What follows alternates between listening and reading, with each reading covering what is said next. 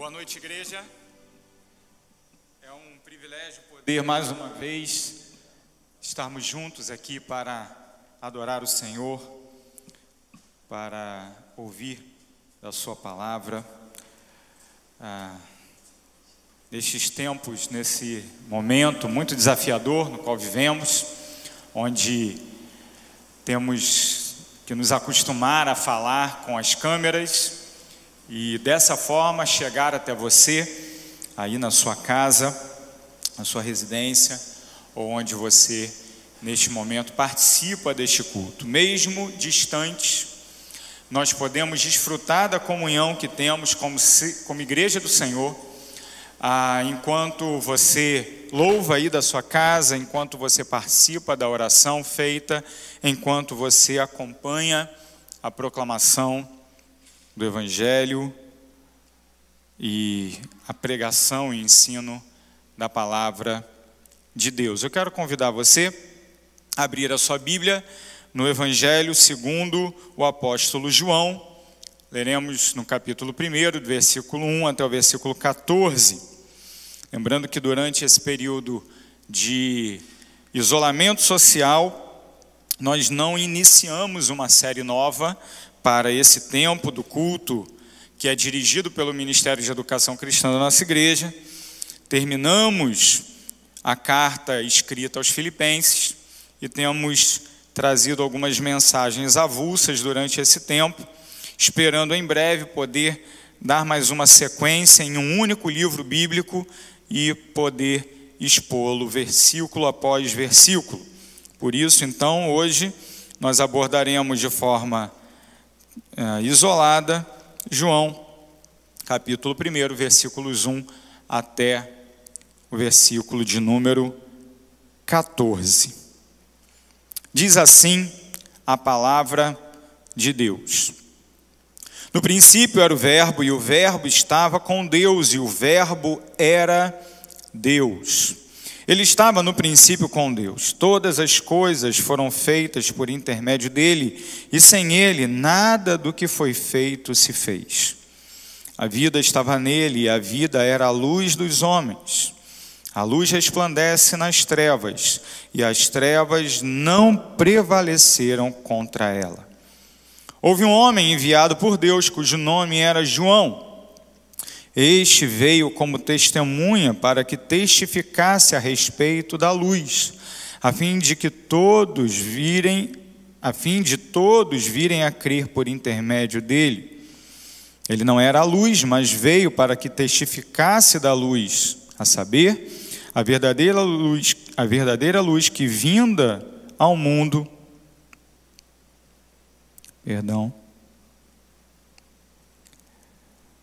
a verdadeira luz que vinda ao mundo ilumina a todo homem. Versículo 10. O Verbo estava no mundo, o mundo foi feito por intermédio dele, mas o mundo não o conheceu. Veio para o que era seu, e os seus não receberam. Mas a todos quantos o receberam, deu-lhes o poder de serem feitos filhos de Deus, a saber, aos que creem no seu nome, os quais não nasceram do sangue, nem da vontade da carne, nem da vontade do homem, mas de Deus. E o Verbo se fez carne e habitou entre nós, cheio de graça e de verdade. E vimos a sua glória, glória como do unigênito do Pai. Santo Deus, diante de nós temos a Tua palavra.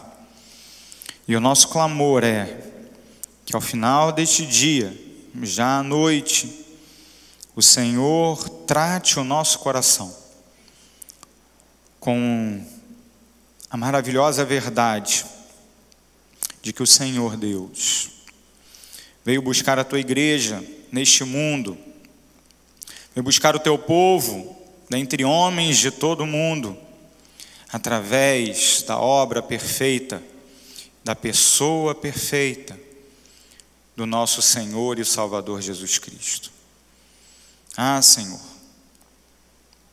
um exemplo elevado, o exemplo que devemos seguir. Porém, mais do que exemplo, ele é a vitória final. Vitória sobre o pecado que nos aprisionava, que nos escravizava. E através de Jesus Cristo, o Senhor promoveu a nossa libertação, a nossa redenção, a nossa definitiva salvação. Te agradecemos, Deus, nessa noite, e pedimos que o Senhor nos conduza nesses poucos minutos que teremos aqui, para compreender, ó Deus, e para que o nosso coração seja aquecido mais uma vez por essas verdades. Conduza-nos, ó Deus, a despeito das nossas falhas e da nossa incapacidade de entender o mistério da encarnação, mas que esse mistério, revelado para nós em Cristo Jesus, possa nos fortalecer e nos conduzir em triunfo daqui para frente. É a nossa oração, Senhor, em nome de Jesus. Amém. Deus veio até nós. Dentre as diversas realidades ensinadas pelo Evangelho e presentes no Evangelho, está a maravilhosa verdade, doutrina da encarnação. O Senhor veio até nós. Doutrina essa que nós visitamos e revisitamos a cada advento, a cada época natalina.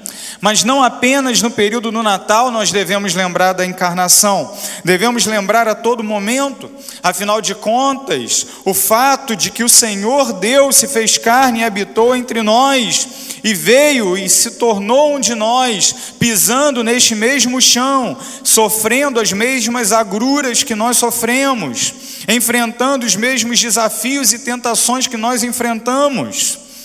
Esta realidade, ela é a condição pela qual o Senhor Jesus pôde chegar à cruz e ali operar de forma definitiva a nossa redenção. Thomas Goodwin foi um puritano que viveu no século XVII e ele faz a ilustração da encarnação como sendo um beijo. O que é o beijo? E nesse período de isolamento social, nós podemos lembrar de diversas pessoas que nós gostaríamos nesse momento poder dar os nossos beijos. Você talvez, assim como eu, esteja com saudade de poder beijar o seu pai e a sua mãe, não é? Poder dar aquele abraço apertado ali e mostrar o seu carinho, a sua consideração com um beijo. Assim está, quando eu visito os meus pais, a gente, por carinho e por consideração e por cuidado, a gente dobra a distância, né? Mandam a gente ficar a 2 metros, a gente fica a 4, né? É um negócio estranho isso, demais. Fica o meu pai e minha mãe lá na varanda e a gente do outro lado da grade aqui, dando tchau, conversa um pouquinho, fala um pouquinho e vai embora. É o que dá para esse tempo. Como seria bom se a gente pudesse cumprimentar com um beijo. Eu fico pensando, os avós, com todo carinho pelos seus netos, como gostariam de, assim como nessa foto ali, poder beijar as suas crianças. E nesse momento, a gente está impedido. Thomas Goodwin, fazendo essa comparação da encarnação com o beijo, ele diz o seguinte: quando o Filho tornou-se carne, céu e terra se encontraram e se beijaram, a saber, Deus e o homem. A encarnação, ela pode então ser comparada com esse ato de amor, com esse ato de carinho, o beijo, no qual Deus e o homem se encontram, e Deus então manifesta de forma plena o seu amor por nós. Tudo isso acontece e é descrito nessa passagem que acabamos de ler, nesses 14 versículos que podemos nesse momento trazer à memória. São textos, versículos muito conhecidos, todos nós aqui já lemos e relemos a introdução ao Evangelho de João, conhecemos, mas eu gostaria de convidar você nessa noite a relembrar das verdades fundamentais sobre a encarnação presentes no Evangelho de João, logo na sua introdução.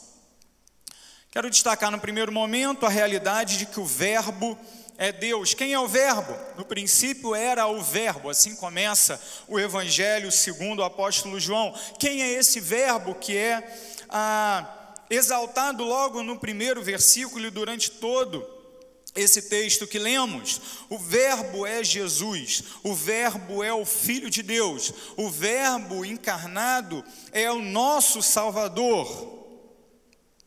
E Ele é Deus. Ele não é um Deus, Ele não é mais um, Ele não é alguém que está pareado com os demais. Não, Ele é Deus. Por um outro lado também, João, no capítulo 1, versículo 1, ele deixa claro que o Filho não é uma manifestação diferente do único Deus que existe. Alguns acabam por cometer esse erro, alguns acabam por tentar explicar o mistério da Trindade como sendo 3 estados da mesma coisa, da mesma pessoa, e não é isso.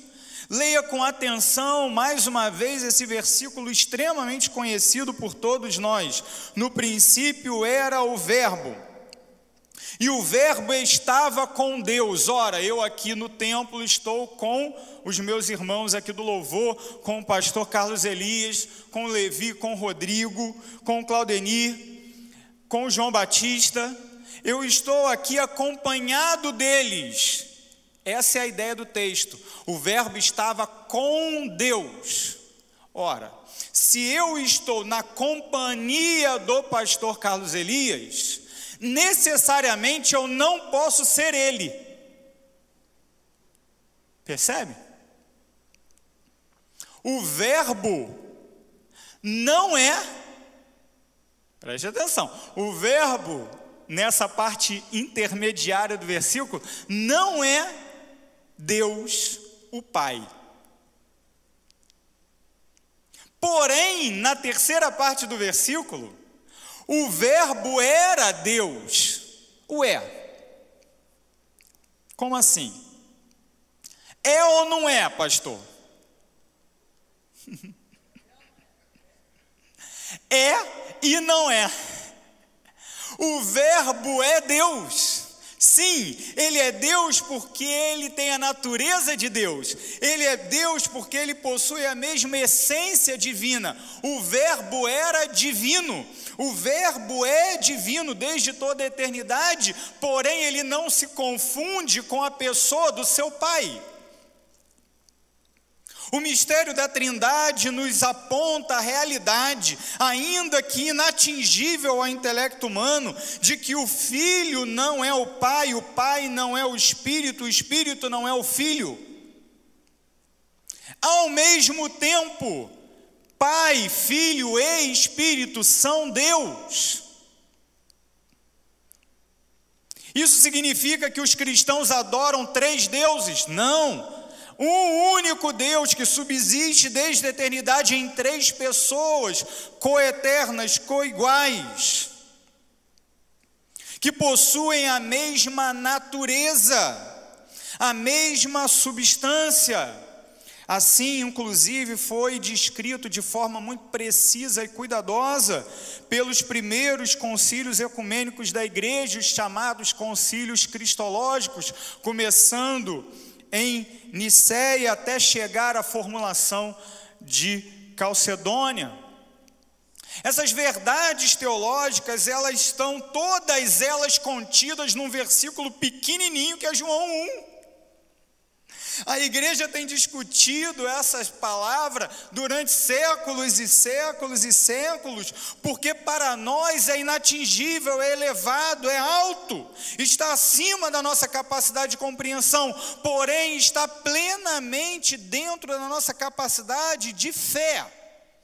podemos crer, podemos aceitar e podemos afirmar com a Escritura a verdade de que no princípio era o Verbo, ele sempre existiu, ele não foi criado, ele não veio à existência no momento histórico. O Senhor Jesus Cristo, o Verbo encarnado, o Filho de Deus, a segunda pessoa da Trindade, é eterna, coeterna com o Pai e com o Espírito. Por isso ele estava no princípio com Deus, na companhia de Deus e fazendo companhia a Deus no ato criador de Deus. Ele já estava lá antes, da nossa perspectiva antes. Afinal de contas, ele sempre esteve, ele sempre existiu como alguém diferente do Pai, porém da mesma natureza que o Pai, o Verbo era Deus. E o apóstolo João está falando de forma direta do Senhor Jesus Cristo. É isso que ele está dizendo. E ele faz questão de confirmar que o Verbo era Deus, mostrando para nós, por exemplo, que Jesus é o Criador, versículo 3. Todas as coisas foram feitas por intermédio dele, e sem ele nada do que foi feito se fez. Ele é o doador da vida, verso 4, a vida estava nele, e a vida era a luz dos homens. Ele é glorioso, verso 14, o Verbo se fez carne e habitou entre nós, cheio de graça e de verdade, e vimos a sua glória, glória como do unigênito do Pai. Jesus é cheio de graça e de verdade.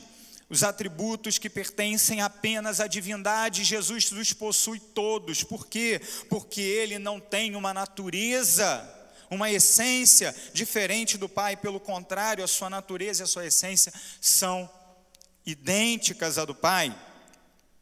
Esse texto faz-nos imediatamente voltar ao Gênesis, no qual a Escritura inicia com: no princípio era o Verbo. No princípio criou Deus os céus e a terra. Veja, o Bereshit do Gênesis, Bereshit bara Elohim, et hashamai ve'et haaretz. Gênesis 1, na língua hebraica, conforme o profeta e sacerdote Moisés escreveu em algum lugar ali do 15º século antes de Cristo, provavelmente.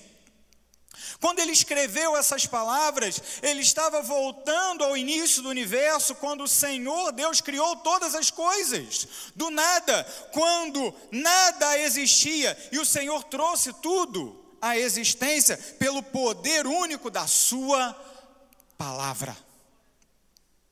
O Senhor Deus, em Gênesis 1:1, pelo poder da sua palavra, trouxe à existência aquilo que não era. Disse Deus: haja luz, e houve luz. Assim foi no início, pelo poder da palavra de Deus. Quem é essa palavra? Talvez você tenha aí e esteja acompanhando numa outra versão que traz uma outra tradução, que diz: no princípio era a palavra. E a gente até canta aqui um canto que tem essa letra: no início era a palavra, um com Deus Altíssimo. Verbo e palavra aqui são traduções diferentes e muito similares da palavra grega logos. A palavra grega logos, ela tem o sentido que vai muito além da palavra escrita ou falada, de simplesmente algo que eu digo ou escrevo num pedaço de papel. Para isso, a língua grega teria uma palavra melhor, que é a palavra rema. A palavra logos tem a ver com um assunto, tem a ver com um tema que precisa ser explorado. E essa palavra, então, dentro do contexto da filosofia grega, da filosofia clássica, ganha o sentido de ser o elemento unificador de todas as coisas. O logos é aquilo que o filósofo busca compreender, porque uma vez que ele compreende o logos, ele então vai compreender todo o universo e como toda a mecânica do mundo funciona. O apóstolo João, então, toma esse conceito emprestado do mundo grego e aplica ele à pessoa de Jesus Cristo, dizendo: tudo aquilo que vocês procuram pela sua filosofia, pelo uso do seu intelecto, pela sua pesquisa, pelo seu estudo, pela sua ciência, está em Jesus. Ele é o Logos. Ele é a palavra pela qual o Senhor Deus trouxe à existência aquilo que não era. O próprio Senhor Jesus. Ele não é apenas o Criador, conforme o verso 3 nos ensina. Perceba que o verso 3 apresenta para nós o seguinte: todas as coisas foram feitas por intermédio dele. Ele é sim agente com o Pai da criação. Ele é sujeito do ato criador junto com o Pai e com o Espírito. Porém, não apenas isso.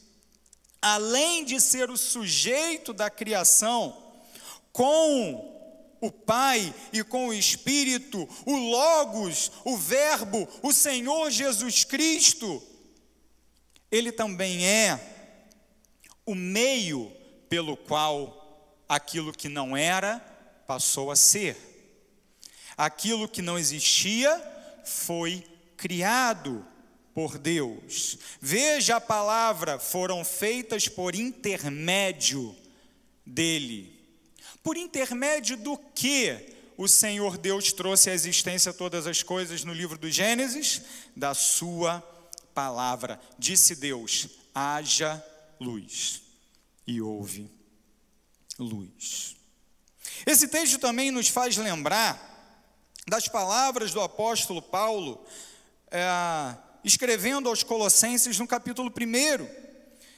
Poderíamos ler muitas coisas ali na carta aos Colossenses, mas eu gostaria de destacar apenas 3 versículos. Colossenses capítulo 1, do verso 15 ao verso 17, diz assim: este, falando de Jesus, é a imagem do Deus invisível, o primogênito de toda a criação.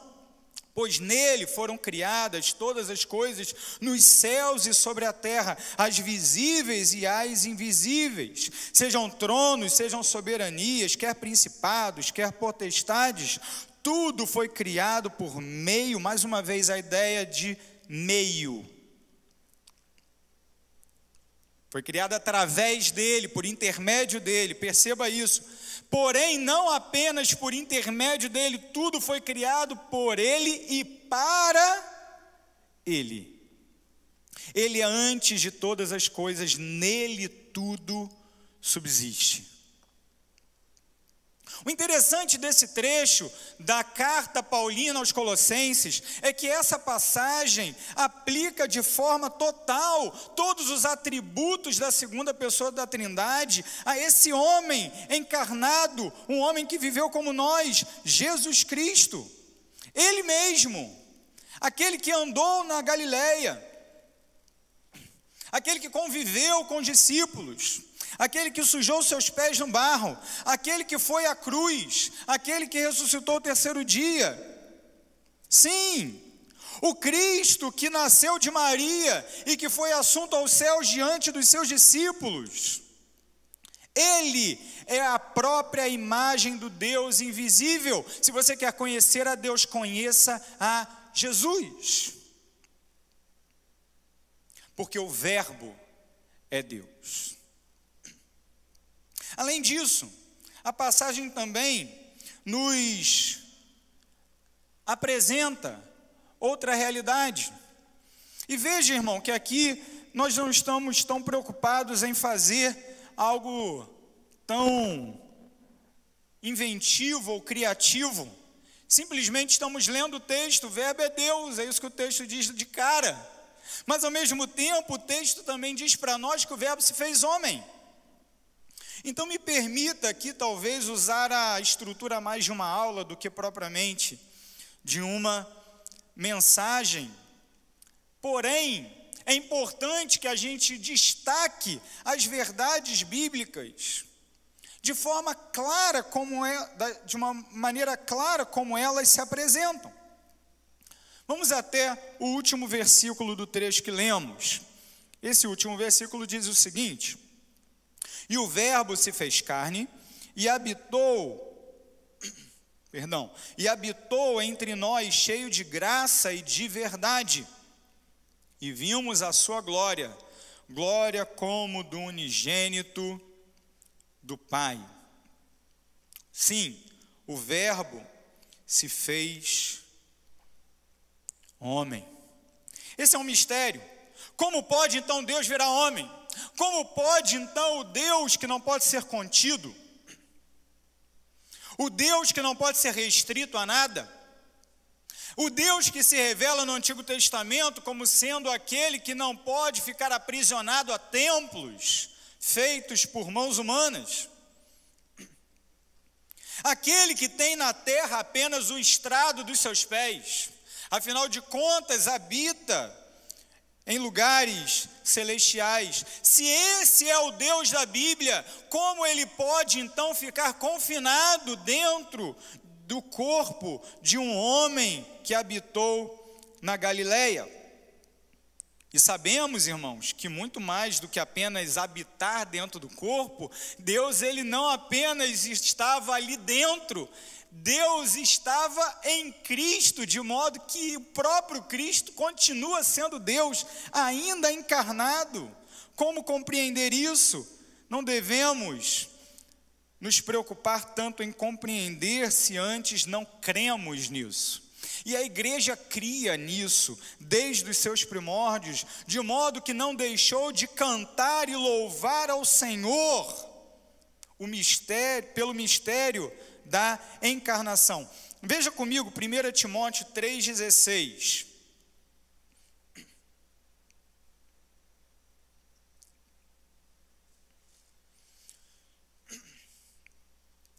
Timóteo 3,16 diz assim: evidentemente, grande é o mistério da piedade. Na minha versão tem 2 pontos aí depois, né? Talvez na sua tenha aí também. Por que tem os 2 pontos? Porque muito provavelmente o que vem daí para frente é um canto antigo da igreja.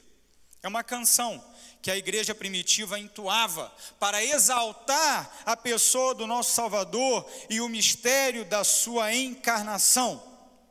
E assim diz o texto: aquele que foi manifestado na carne, foi justificado em espírito, contemplado por anjos, pregado entre os gentios, crido no mundo, recebido na glória. Louvado seja o Senhor, porque desde o primeiro século a igreja canta isso. E até hoje cantamos, né, Angélica?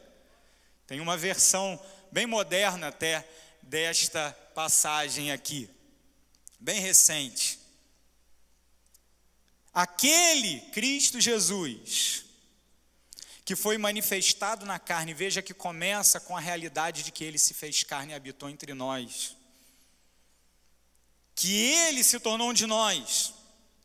Ao mesmo tempo, o texto faz questão de dizer que ele foi justificado em espírito, contemplado por anjos, pregado entre os gentios, crido no mundo e recebido na glória. Sim, a partir da encarnação, Jesus recebe um nome que está acima de todo nome. Outro canto da igreja antiga, Filipenses capítulo 2. Assim, muitos estudiosos consideram a passagem que vai do verso 5 até o verso 11 do capítulo 2 de Filipenses, mas eu vou ler apenas um trecho, me permita. Gostaria até de ler tudo, já expomos aqui recentemente essa passagem na quarta-feira. O pastor Carlos também recentemente tratou disso num domingo, desta passagem. Eu vou ler apenas o verso 7. Antes, a si mesmo se esvaziou, assumindo a forma de servo, tornando-se em semelhança de homens e reconhecido em figura humana. O que esse texto está nos ensinando é que Jesus Cristo se tornou de fato um de nós. E tendo feito isso, o texto deixa claro que ele se humilhou, se entregou, foi obediente para ir até a cruz. E porque ele fez tamanho sacrifício, o seu nome foi elevado acima de todo nome. Sim, Jesus Cristo encarnado, é o único que pode realizar as tarefas comuns aos homens, mas que ao mesmo tempo também são tarefas necessárias para a obra salvadora que ele veio realizar. Jesus veio implantar graça e verdade. Esse era o papel do rei, que o rei deveria desempenhar entre o seu povo. Sim, Deus estabeleceu em Davi a promessa de que o reinado jamais se apartaria da sua casa. Não para que Davi fosse um déspota, não para que Davi fosse um rei opressor, mas que através do reinado davídico, daquele Messias ungido por Deus, para ser o representante de Deus na condução do seu povo, todas as nações vissem e testemunhassem a graça e a verdade de Deus. A graça manifesta na misericórdia, no amor, na entrega, na abnegação, no doar-se. E a verdade manifesta na lei, na justiça, na santidade, na perfeição. O rei, então, ele também tem um papel mediatório. Ele tem um papel de aquele que é o meio pelo qual Deus exerce a sua soberania entre os seres humanos ou sobre os seres humanos. Eu me lembro que nos dias de seminário, esse era um tema que a gente ouvia praticamente toda a aula, quando o pastor Carlos Oswaldo dava aula para a gente, toda vez. Ele costumava dizer que a Bíblia toda pode ser resumida no propósito de Deus de restaurar a sua soberania mediata. É um negócio meio assim, teológico. A primeira vez que a gente ouve, a gente não entende nada. O aluno, o seminarista, é uma bênção. Ele vai e fica logo assim, atordoado, quando vem a prova, o trabalho então para fazer, aí é um negócio de louco. E eu me lembro muito bem, conforme o tempo ia passando, eu ia pensando nesse negócio. Como o pessoal diz em Minas, lá nesse trem. Que trem é esse, cara, de soberania mediada de Deus? Que coisa de maluco. Esses caras fazem doutorado para inventar uns troços doidos, cara.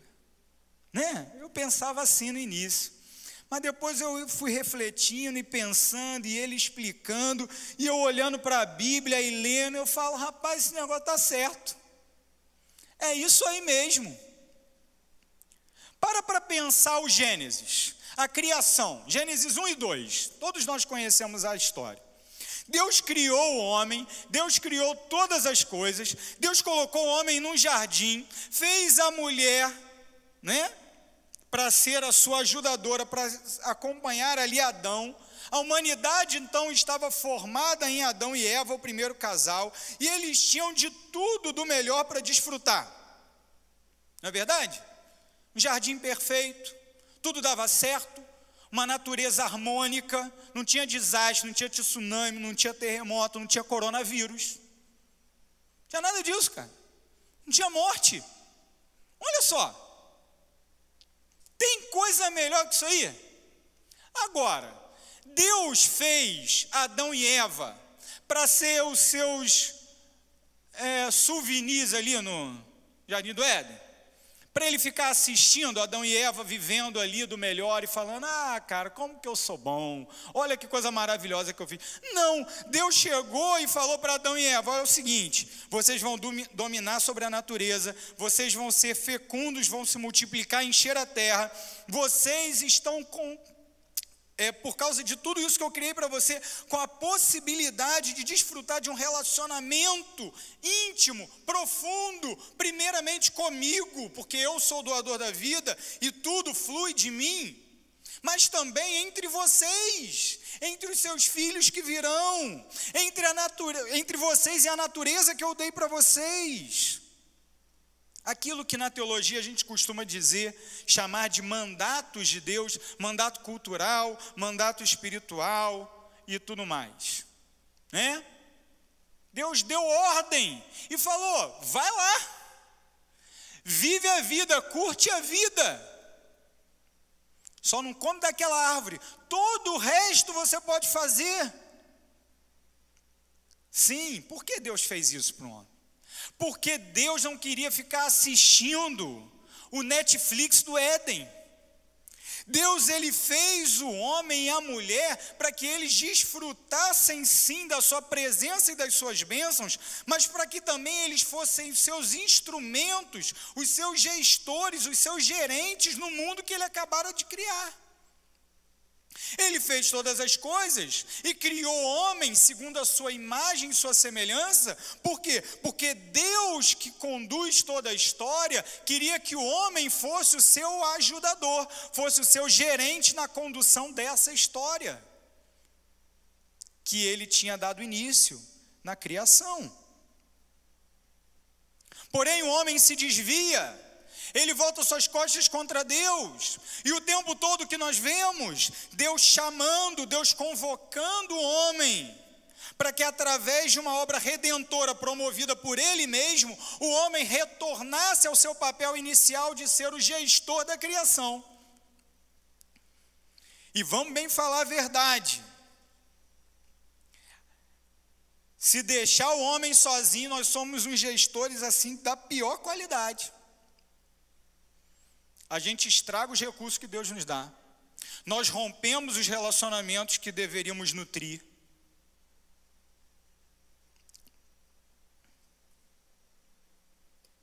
E continuamos com as nossas costas voltadas contra o Deus Criador de todas as coisas, que nos convida a reinar com Ele. Mas em Cristo, essa restauração é consumada. Quando o Senhor Jesus brada na cruz, está consumado, o que Ele está dizendo é: sim, o homem será aquele instrumento pelo qual eu operarei a minha soberania na terra. A raça se voltou contra mim, mas pela justiça de um só homem, Cristo Jesus, eu manifestarei a minha vida e a minha salvação a muitos. Jesus Cristo veio implantar graça e verdade, porque da mesma maneira como o rei davídico, o rei que deveria ocupar o trono de Jerusalém, deveria ser esse instrumento de Deus na vida do povo para implantar graça e verdade. Ele veio para implantar graça e verdade através do seu sacrifício perfeito na cruz do Calvário. E isso mostra o papel de Jesus de revelar o Pai. Ele não é apenas o condutor de um processo de restauração da ordem mundana. Ele é aquele que vem nos relembrar que a ordem mundana, ela deve ser submetida à ordem celestial. Todos os reinos desse mundo cairão. Tem um trem que me deixa louco, pastor. É quando eu abro o Facebook e vejo crente confiando em político. Rapaz, eu fico louco com esse negócio. Fico louco. Seja de direita, esquerda, baixo, acima, centro da terra, seja do... Na verdade, a maioria eu penso que veio do centro da terra. E desculpem aqui o ato falho, né? Eu esqueço que está gravando. Mas tem uns que parece que vieram diretamente, né? Daquele lugar bem quente. Que misericórdia. Crente não tem que confiar em político nenhum. Crente tem que confiar em Jesus, aquele que virá para arruinar, estraçalhar, esmagar definitivamente todos os poderes desse mundo. Afinal de contas, os poderes desse mundo são aqueles que se levantam contra o ungido do Senhor, contra o único ungido do Senhor, Jesus Cristo, o Rei dos Reis, o Senhor dos Senhores. Somente a Ele nós devemos prestar culto, somente a Ele nós devemos prestar adoração, somente a Ele a nossa devoção.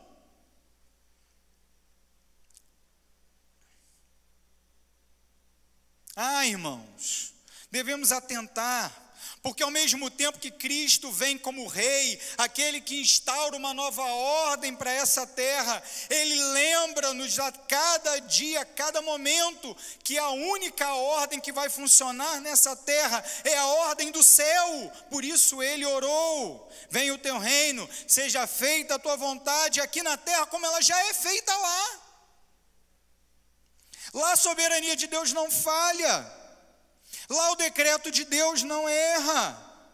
E então aqui na terra, tudo aquilo que Deus desejar precisa também ocorrer. E para isso, Ele quer usar a nós. E para isso, Ele trouxe Jesus, revelação perfeita do Pai. Cristo então tem um ministério real de implantar a graça e verdade. Cristo então tem um ministério profético de revelar o Pai, de dizer assim como os profetas do Antigo Testamento diziam: assim diz o Senhor. Deus em Cristo foi além, Ele levou o ministério profético para o nível de aqui está o Senhor. Enquanto os profetas diziam: o Senhor manda dizer, o próprio Cristo diz: antes que Moisés fosse, eu sou. Aqui eu estou e aquilo que eu falo é aquilo que o Senhor fala. Nem mais nem menos. Cristo veio revelar o Pai. No entanto, queridos, precisamos olhar esse verso de forma completa e lembrar que o Verbo, Ele se fez carne e habitou entre nós, da mesma forma como o tabernáculo estava no meio do arraial, para manifestar a glória do Senhor no meio do seu povo. Cristo Jesus veio e habitou entre nós, e tabernaculou conosco, para quê? Para ser o meio, o veículo, o instrumento de Deus, para reatar a comunhão rompida entre o homem e o seu Criador. Então, ao mesmo tempo que Cristo, como implantador do reino de graça e verdade, é Rei, ao mesmo tempo que o Cristo é profeta, porque Ele revela a Deus o Pai, Ele também é sacerdote, porque através do seu sacrifício na cruz, o sacrifício no qual Ele é ao mesmo tempo oficiante e a oferta, Ele então manifesta o sacerdócio perfeito, o sacerdócio que nos reata definitivamente com Deus. O sacrifício não precisa mais ser repetido, porque Ele não apenas veio e habitou entre nós, Ele veio, habitou entre nós e derramou seu sangue por cada um de nós. O Verbo se fez homem. E quando nós olhamos então a primeira e a segunda afirmação, a primeira, o Verbo é Deus, a segunda, o Verbo se fez homem, nós perguntamos: pastor, mas por que esse negócio tem que ser assim? Por que é dessa maneira? Porque o homem se encontra numa condição de degradação tamanha, que se não fosse assim, a redenção não seria possível. Mas aí os crentes exageram, né, quando falam isso aí. Tem até uma frase assim que é dura, né? Tal de depravação total. Isso aí deve ser coisa de calvinista, de fundamentalista.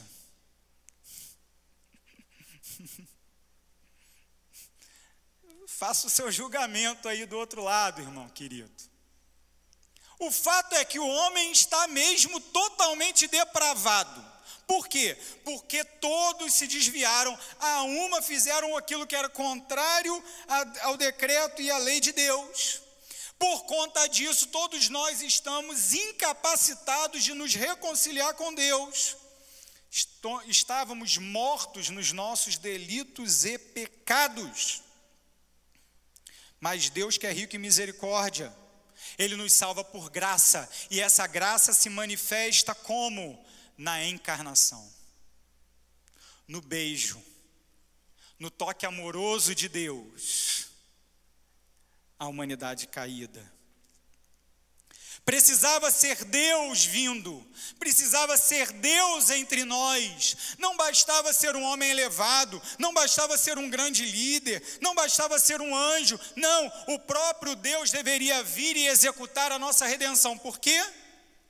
Porque uma vez que o homem caiu e pecou contra um ser de dignidade infinita, que é o próprio Deus, somente outro de dignidade infinita poderia ser o redentor da humanidade.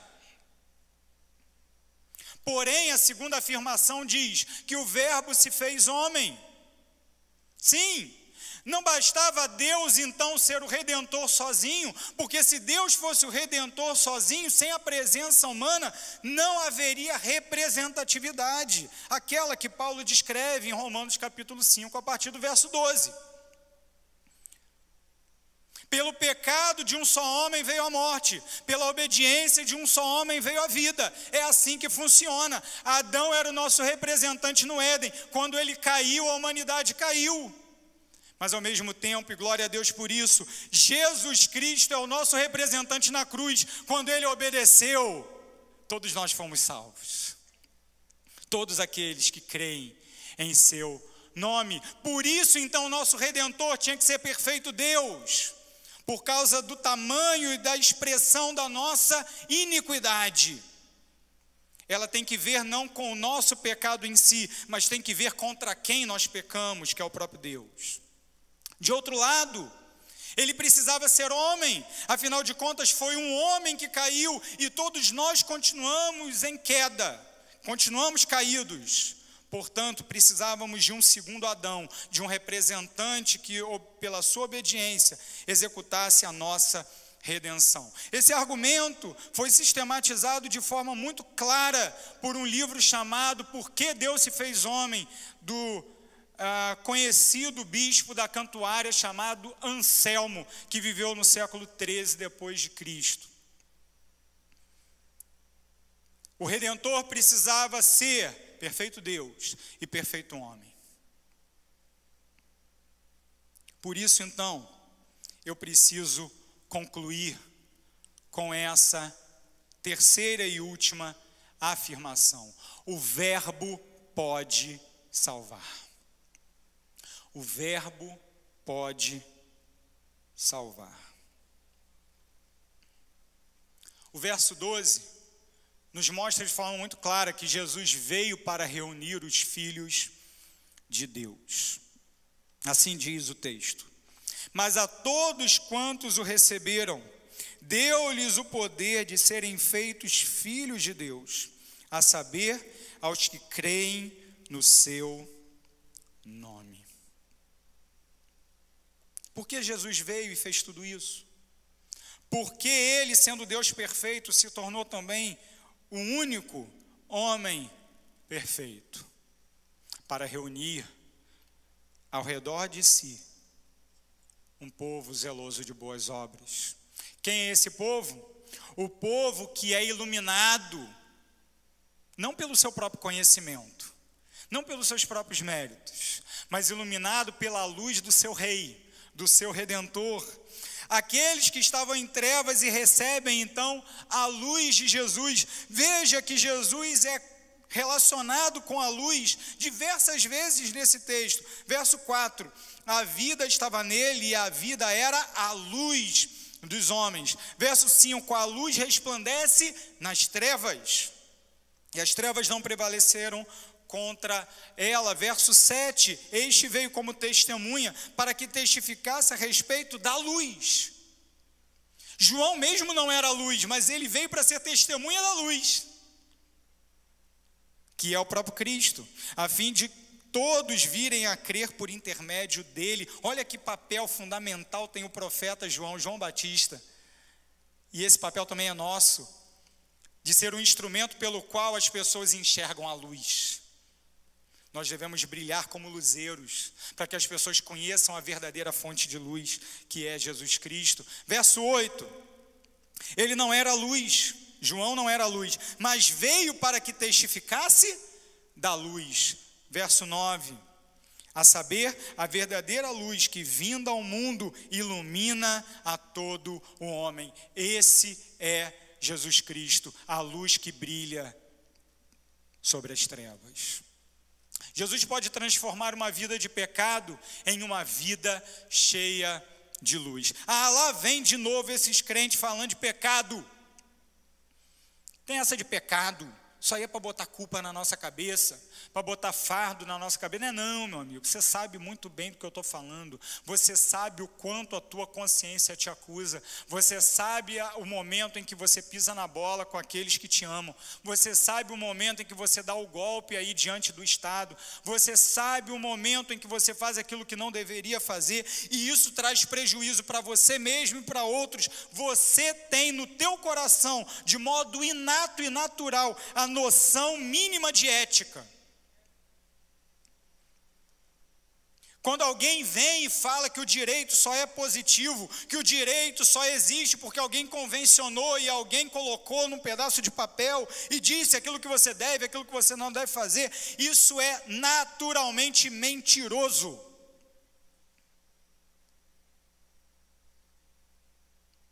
É claro que a nossa consciência também está deturpada pelo pecado e o nosso senso de certo e errado está extremamente manchado.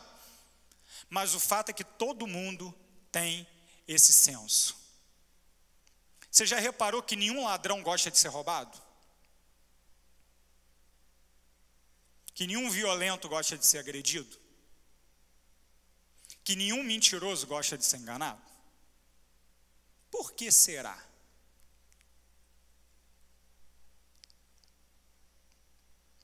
É porque há sim em nós a noção mínima de que estamos em trevas. E é exatamente por isso que o mundo odeia a luz. É exatamente por isso que a igreja foi, é e será sempre perseguida. A igreja verdadeira sempre será perseguida. Porque quando as trevas dominam e a luz chega, aqueles que estão em trevas enxergam a sua sujeira. E eu não estou falando que a igreja, que eu e você, somos melhores do que as pessoas lá do mundo. Não estou falando isso. O que eu estou falando é que nós somos portadores da luz. E uma vez que portamos a luz do Evangelho de Jesus, nós devemos erguê-la acima de todas as coisas. E quando isso acontece, toda a escuridão é iluminada. Através desse ato, alguns se salvam, não porque nós somos melhores do que eles, mas porque Jesus assim determinou pelo seu Evangelho. Mas também, através do seu Evangelho, Ele também determinou que todo aquele que não crê, continue no seu estado natural. Qual é? A condenação. Aquele que não crê já está condenado. Não será condenado, já está condenado. Somente Jesus, então, pode transformar uma vida de pecado em uma vida cheia de luz. Como nós podemos aplicar isso, então, à nossa vida e assim concluir nessa noite? Em primeiro lugar, como temos sempre feito aqui, mesmo diante dessa situação atípica de ter que falar com uma câmera, na esperança que alguém aí do outro lado tenha ouvido essa mensagem, nós precisamos desafiar você. E nós desafiamos você que vive em trevas, a nesta noite abrir o seu coração para a luz de Jesus. E que através da fé, e somente da fé, não da religião, não da igreja, não do seu parente crente, mas somente da fé que é plantada no teu coração pelo Espírito Santo nessa hora, no Espírito que convence o homem do pecado, da justiça e do juízo, do Espírito que regenera, do Espírito que sela, que nessa noite você possa crer. Crer que somente Jesus pode te salvar. Crer que essa ordem caótica do mundo, Esse mundo de guerras, de conflitos, esse mundo de coronavírus, esse mundo de tragédia, esse mundo de destruição de relacionamentos, ele já foi vencido na cruz do Calvário por Jesus Cristo. E a herança que ele nos promete é oferecida a você nessa noite, desde que você creia e se arrependa dos seus pecados. Este é o desafio inevitável. Inevitável. Todos quantos o receberam, deu-lhes o poder de serem feitos filhos de Deus. Quem são esses filhos de Deus? Os que creem no seu nome. Creia hoje no nome de Jesus Cristo, a luz do mundo. Mas eu também preciso desafiar a igreja. Preciso desafiar a mim mesmo. Quantas e quantas vezes nós confiamos em qualquer coisa que não seja o Senhor? Quantas e quantas vezes nós buscamos luz onde só há trevas e escuridão? Nós buscamos luz nas propostas desse mundo, nós buscamos luz nos valores desse mundo, nós buscamos luz nas ofertas desse mundo, nesse mundo que nos promete de forma mentirosa, falaciosa, segurança, satisfação, sentido para a vida.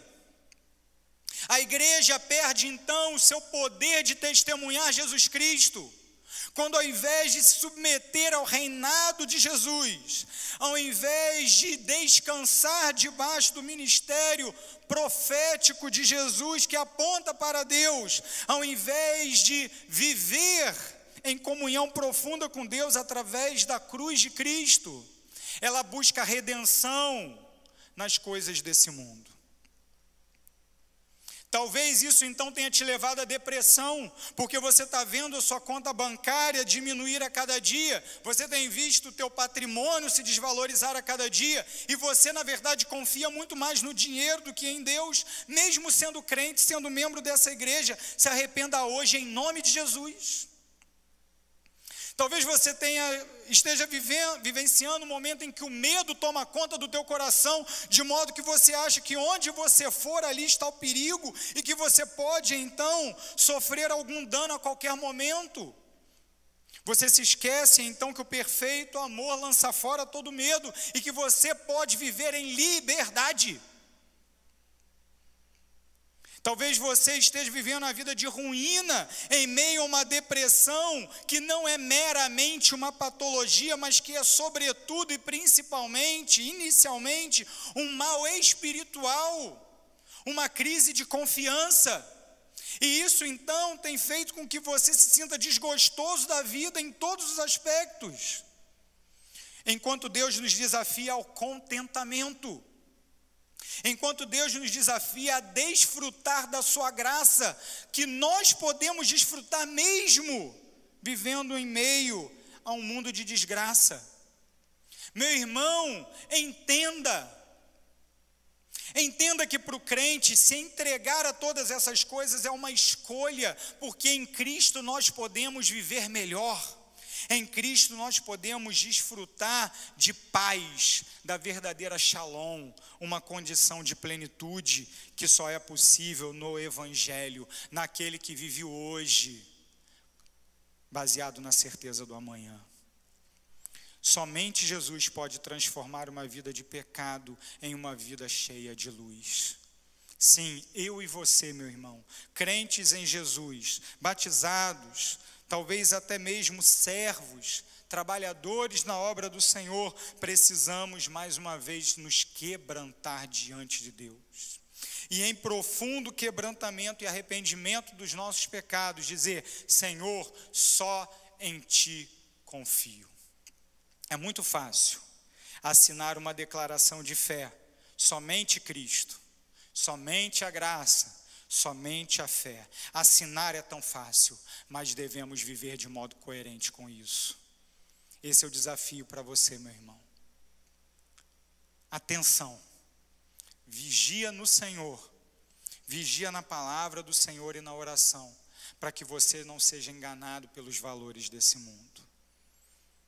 Jesus Cristo é a luz do mundo. Jesus Cristo é o beijo de Deus na humanidade. Possamos então nessa noite ser aquecidos pelo calor do seu amor. Vamos orar. Santo e bendito Deus, te agradecemos pela tua santa palavra e pedimos que o Senhor nos conduza em triunfo, porque em Cristo Jesus e somente em Cristo Jesus nós somos mais que vencedores. Ah, Deus, por favor, que desfrutemos dessa vitória, não achando de modo algum que ela depende de nós, mas reconhecendo que tudo é graça do Senhor, é dádiva que o Senhor nos concede, somente pelo teu amor. Obrigado pelo teu amor, obrigado pelo teu carinho, obrigado pelo teu acolhimento, obrigado pela tua redenção.